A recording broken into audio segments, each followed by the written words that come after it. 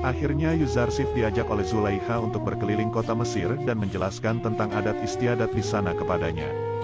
Sebelum pergi, Yusuf sempat menolak untuk menaiki tandus seperti Zulaikha, karena menurutnya dia tidak suka berada di atas pundak orang lain.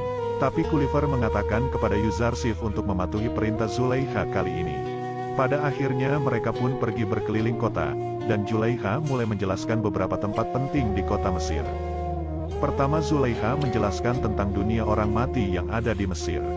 Mereka menyertakan makanan, minuman, dan pakaian bersama jenazah, agar bisa hidup di kehidupan selanjutnya. Yuzarsif bertanya kepada Zulaikha, jika orang yang sudah mati dan membusuk, apakah masih bisa makan dan minum, bahkan berpakaian? Zulaikha pun mulai terpojok dengan pertanyaan itu, dan hanya mengatakan entahlah, mungkin saja bias. Ketika mereka sampai di kuil Amun untuk menghadiri bangunnya Amun dari tidur, Yuzarsif kembali bertanya kepada Zulaikha, jika Amun semalam tidur, dan bagaimana jika para penyembahnya meminta pertolongan pada malam hari. Zulaikha menjelaskan, bahwa para dewa juga membutuhkan tidur dan para hambanya harus berdoa saat siang hari ketika dewa Amun sudah bangun. Hal itu membuat Yuzarsif semakin terheran-heran, karena dewa ternyata hanya bisa melayani hambanya saat siang hari saja. Setelah masuk di kuil, Zulaikha kembali menjelaskan bahwa para pendeta terlebih dahulu mensucikan diri di Sungai Nil sebelum masuk kuil Amun. Selain mereka, tidak ada yang berhak untuk masuk ke dalamnya.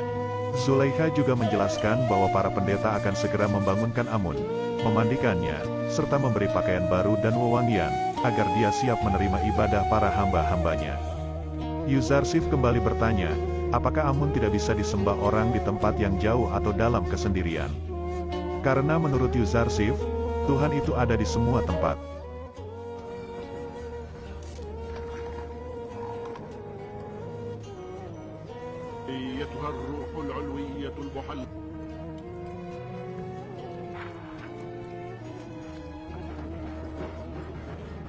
Setelah Amun keluar dari kuil dengan memakai pakaian serta perhiasan, Yuzarsif kembali menanyakan apakah para penyembah tidak mengambil perhiasan itu. Zulaikha pun menjawab, tak akan ada yang berani, karena para pendeta selalu menjaganya. Setelah mendengar jawaban itu, Yuzarsif yang tadinya mengira Amun yang menjaga para hambanya, ternyata harus dijaga oleh para pendeta. Setelah itu Dewa Amun mulai menyambut hamba-hambanya dengan suara yang aneh.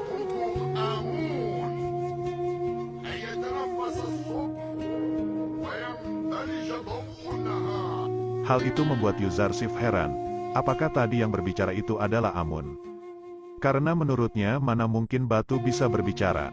Zulaikha menjawab bahwa Amun bukanlah batu, melainkan roh yang menjelma dalam bentuk batu, dan dia adalah Dewa Maha Kaya dan Maha Kuasa. Tapi menurut Yuzarsif, Amun memiliki banyak kebutuhan, mulai dari istirahat, pakaian, perhiasan, dan bahkan sampai harus dimandikan. Untuk bergerak saja dia membutuhkan para pendeta yang harus menyeret keretanya. Ia juga tidak bisa menjaga dirinya sendiri dari para pencuri. Hal itu tidak mencerminkan sifat Amun yang katanya maha kuasa. Zulaikha semakin terpojok dengan semua ucapan Yuzarsif itu, dan mulai berpikir. Dia juga mengatakan semuanya kepada Putifar, bahwa dia terlihat lemah di hadapan Yuzarsif, karena semua jawabannya tidak membuatnya merasa puas. Hal itu juga yang membuat Zulaikha mulai meragukan Amun. Setelah itu Putifar mengajak Yuzarsifi untuk bertemu dengan Amunhotep, penguasa tertinggi Mesir. Di perjalanan Putifar menjelaskan kejelekan-kejelekan para prajurit kuil Amun, yang dikenal arogan dan haus akan kekuasaan. Dia juga menunjukkan beberapa tempat yang dimiliki oleh Dewa Amun, seperti gudang gandum dan taman wanita yang ada di pinggir sungai. Semua itu adalah milik kuil Amun, yang sebenarnya ditujukan untuk para pendeta saja yang tidak pernah merasa puas. Putifar juga menunjukkan jika para pendeta memberikan makanan kepada warga, agar mereka semua tidak meninggalkan Amun untuk disembah. Setelah itu Yuzarsif mulai bertanya-tanya kepada Putifar, bukankah sebenarnya Putifar akan menjelaskan tentang kebesaran dan keyakinan Mesir kepadanya, tapi ternyata sebaliknya. Dia malah menunjukkan sisi negatif dari negeri Mesir, yang selalu dianggap biasa-biasa saja oleh warga Mesir. Setelah mereka sampai di istana Amunhotep, Putifar melihat ada seorang prajurit kuil Amun yang membuat keonaran di jalan. Hal itu membuatnya harus mengejarnya dan memperingatkan, agar dia tidak berbuat semena-mena kepada warga Mesir. Setelah mereka bertarung dan dimenangkan oleh Putifar, Prajurit itu diancam jika sekali lagi dia ketahuan berbuat keonaran, maka nyawanya tidak akan diampuni lagi. Setelah itu Potifar kembali lagi ke istana, dan masuk bersama Yuzarsif. Di dalam, Yuzarsif kembali terpana melihat keindahan ruangan yang ada di dalam istana. Saat sudah bertemu Amunhotep, Potifar memperkenalkan Yuzarsif, bahwa dia adalah pengiring baru baginya. Namun Amunhotep pun menyindir Potifar, karena mengangkat seorang bocah sebagai pengiringan. Tapi Potifar menjelaskan bahwa Yuzarsif memang terlihat seperti bocah, tapi dia sudah dewasa, matang, dan berilmu. Ketika Permaisuri dan Amunhotep muda memasuki istana, Amunhotep muda terkejut melihat ketampanan Yuzarsif, dan sempat melihatnya untuk beberapa saat. Kemudian untuk membuktikan perkataan Potifar, Amunhotep pun menanyakan pendapat Yuzarsif tentang keagungan Mesir. Jawaban Yuzarsif yang amat cerdas, membuat Amunhotep mempercayai apa yang dikatakan oleh Potifar, bahwa dia bukan anak yang sembarangan. Lalu memberikan hadiah kepada Yuzarsif yang diserahkan melalui Amunhotep muda. Namun setelah dia menyerahkan hadiah itu, tak sengaja dia malah memberikan hormat kepada Yuzarsif, yang membuat Permaisuri mengatakan bahwa penghormatan itu seharusnya tidak boleh dilakukan oleh calon Raja Mesir kepada orang biasa.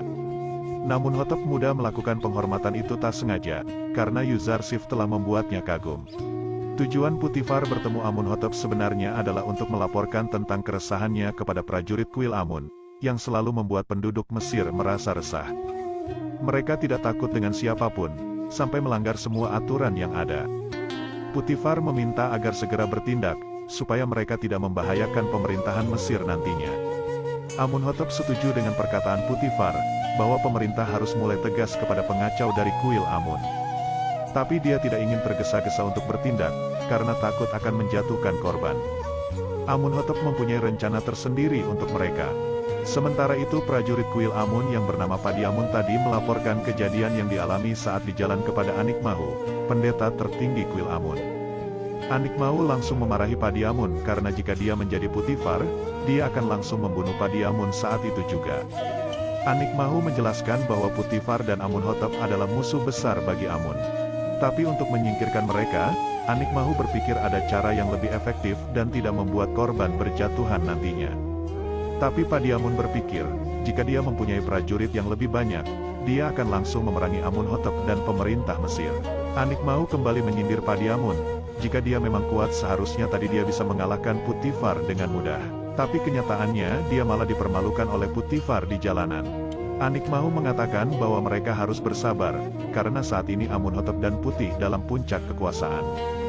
Sampai saatnya tiba nanti, mereka harus mempersiapkan semuanya agar bisa menggulingkan Amunhotep dengan mudah. Setelah kejadian yang menimpa Potifar tadi, Yuzarsif meminta agar dia bisa diajarkan ilmu bela diri, agar kelak jika dia sudah dewasa dia bisa menjadi pemberani seperti Potifar. Sesampainya di istana, Potifar meminta Arudamun untuk mengajari Yuzarsif memainkan pedang, memanah, menembak, serta berkuda. Potifar lalu menceritakan kejadian yang terjadi di istana tadi kepada Zulaiha, yang membuatnya berpikir bahwa semua itu mustahil terjadi. Yuzarsif telah membuat Potifar merasa bangga di hadapan Amunhotep dan berpikir nantinya dia akan menjadi pemimpin yang sangat bijaksana.